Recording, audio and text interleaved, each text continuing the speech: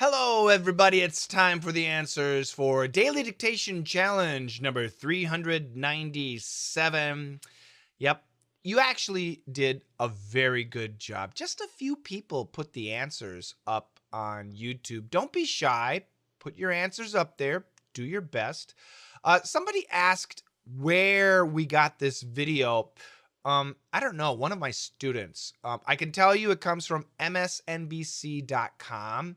I believe you can find it on YouTube, but I don't know. The student sent the video to me, so I don't know exactly where it came from.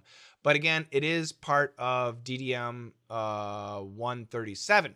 So if you like the lesson, if you would like the whole lesson, you can study that with us. Information is in the YouTube description section.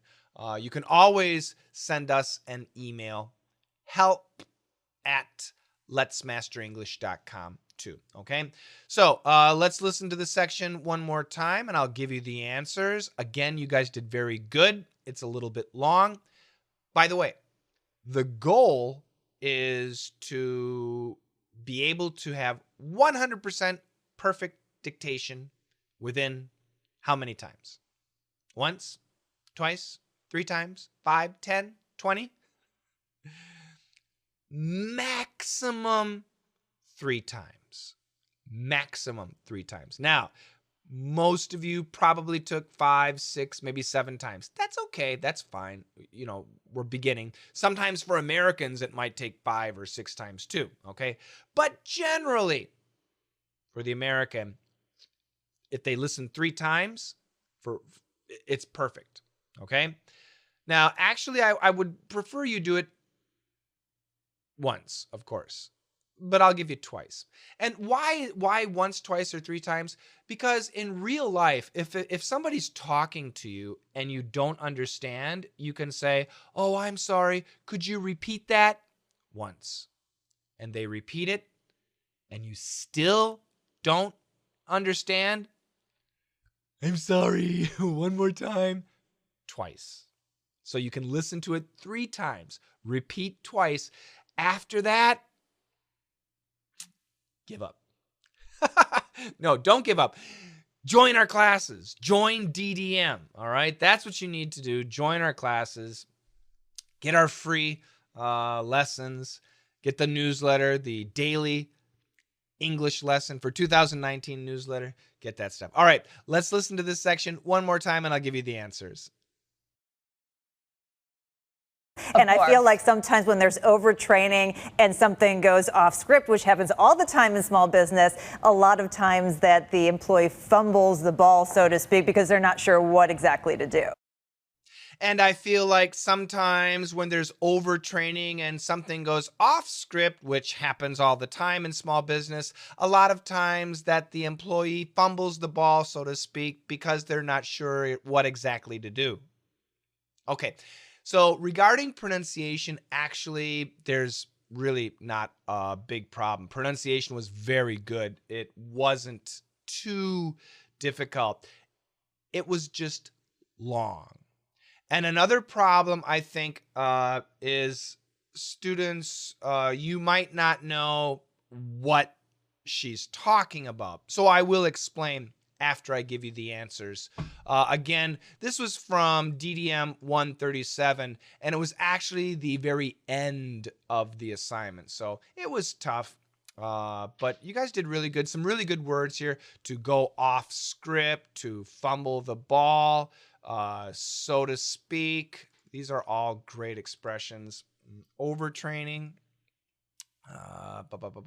Yeah, not too bad. Even something like happens all the time. Exactly. Not sure what exactly to do. These are actually good expressions too. Words and phrases that should be easy for you to repeat. So let's go back to the top here. And I feel like, so she cancels the D pronunciation. And I just in our new DDM lesson, DDM 555, excuse me, I just talked about the strong sounds and the weak sounds. So American English, we have 3 strong sounds, SNL. And we have 3 weak sounds, D, T, TH. And the N, here the N is a strong sound, and it can cancel the D. The D is a weak sound. Just like the word internet, we can say internet, right? That N cancels the T. The second T, we stop the T. So listen again. Internet. The first NT, the N's going to cancel the T, inner. But the second T, it's going to be a stop T. Internet. If I finish, internet, internet. But if I stop, internet, internet. I have good internet. I have good internet. So the first T, I canceled. The second T, I stopped. Okay? So sometimes we have a true T, a perfect T. Sometimes a stop T. Sometimes a flap T. And sometimes a canceled T. 4 possible T pronunciations in American pronunciation. These are things we study in DDM, all right? In Perf too, our speaking class too, but especially in DDM. So join the class. So, and I feel like here we got 2 similar sounds. They're the same. And when we have similar sounds next to each other, we put them together and we focus our pronunciation here. Okay, we have it here, but here is the focus. And I feel like sometimes when there's, and let's keep the TH, when there's, this N can cancel the TH when there's. Do you hear the TH? Not really. When there's overtraining, and something goes off script, which happens all good. So we got some good AW sounds here. This is an AW, this is an AW, this is an AW. And something goes off script, which happens all the time in small business. We don't say business. A lot of flap T. Here's a flap T. A lot of times that the keep that TH, similar sounds, focus here. A lot of times that the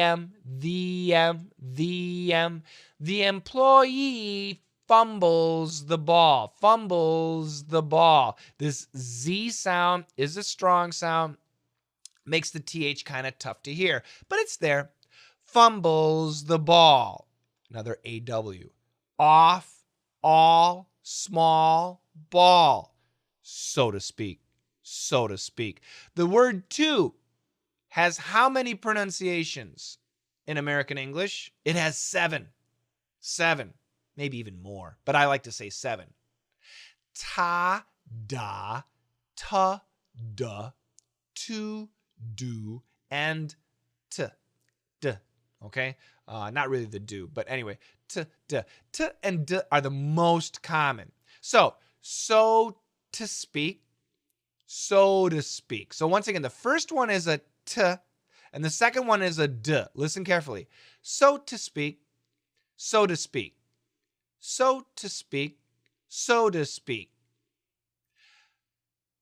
This is definitely going to be the most common.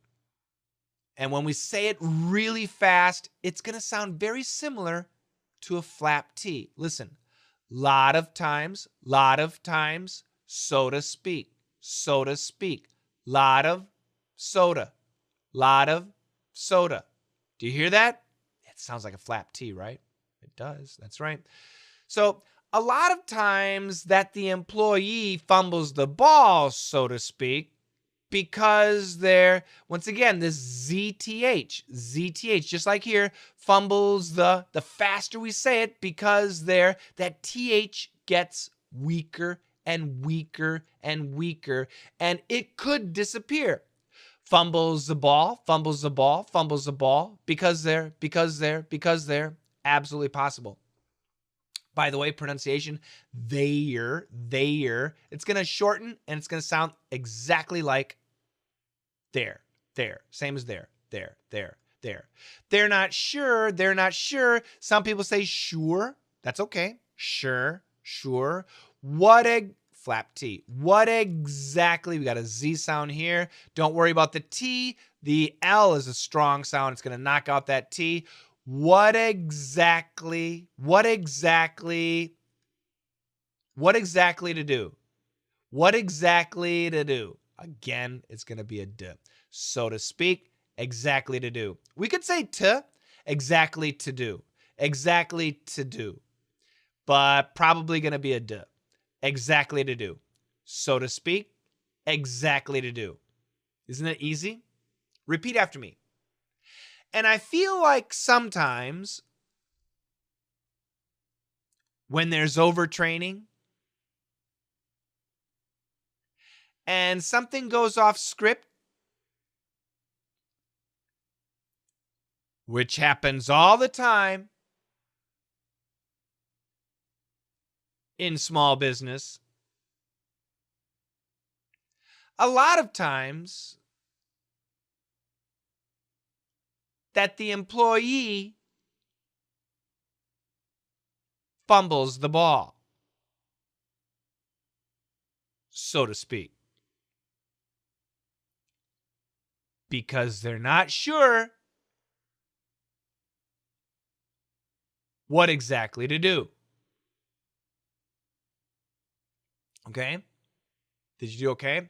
Now I'm going to read it one more time. You can go ahead and try and shadow me.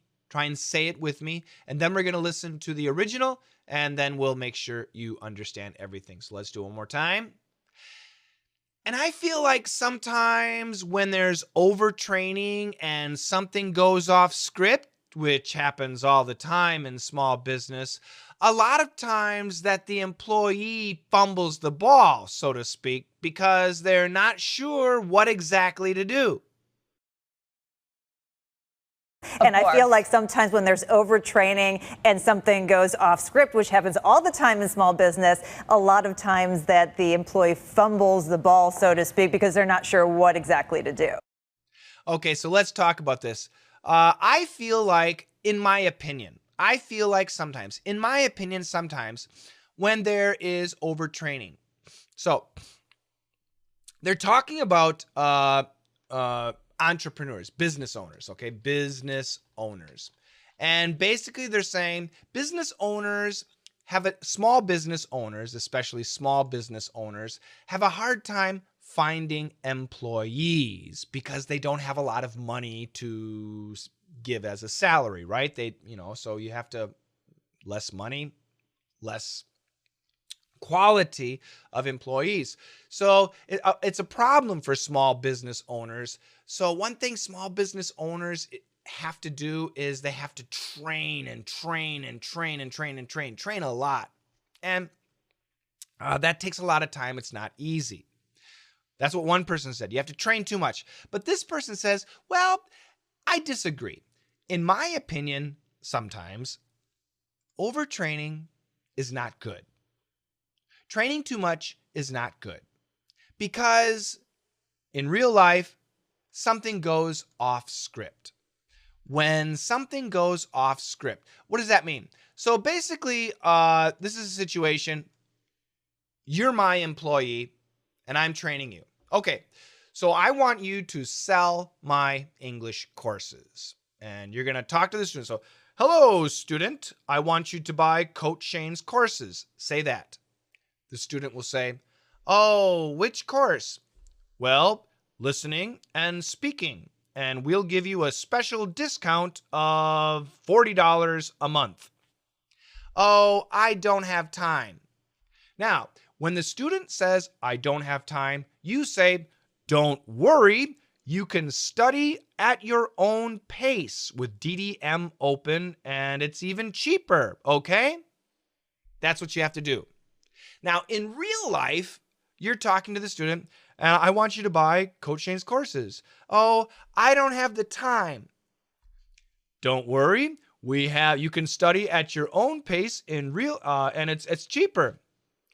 No, no, I don't have the time because I have a brand new baby boy and I spend all my time with my baby boy. I didn't train you for that situation. And suddenly the employee doesn't know what to say. I train you for every situation. But in real life, sometimes there's a different situation. My mother died. I have a new baby boy. I have to work two jobs because my wife got fired or whatever the situation.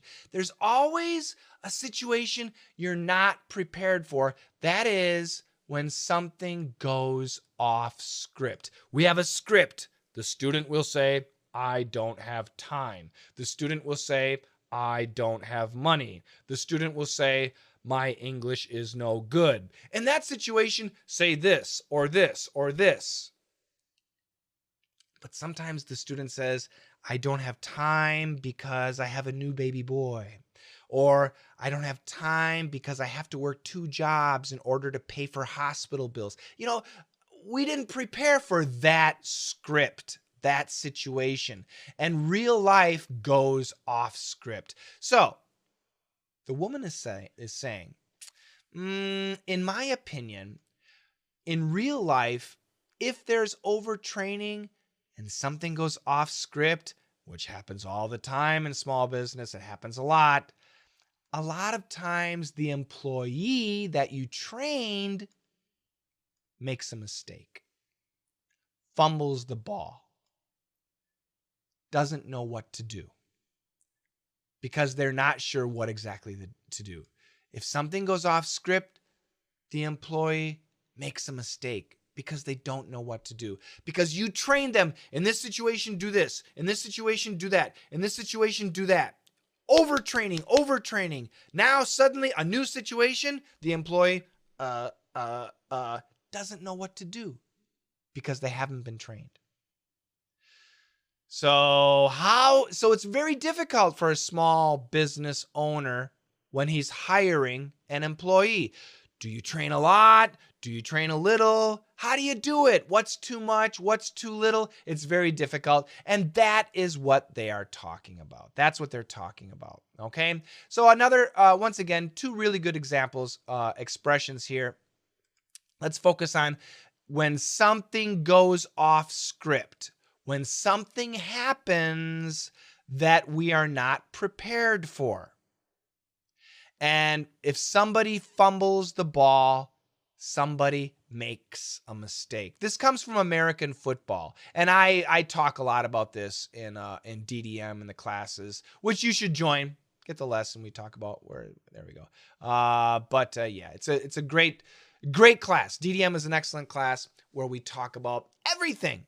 And I take your questions and I answer your questions. And if you join a live class, we can practice and you can ask questions, practice your pronunciation. It's wonderful.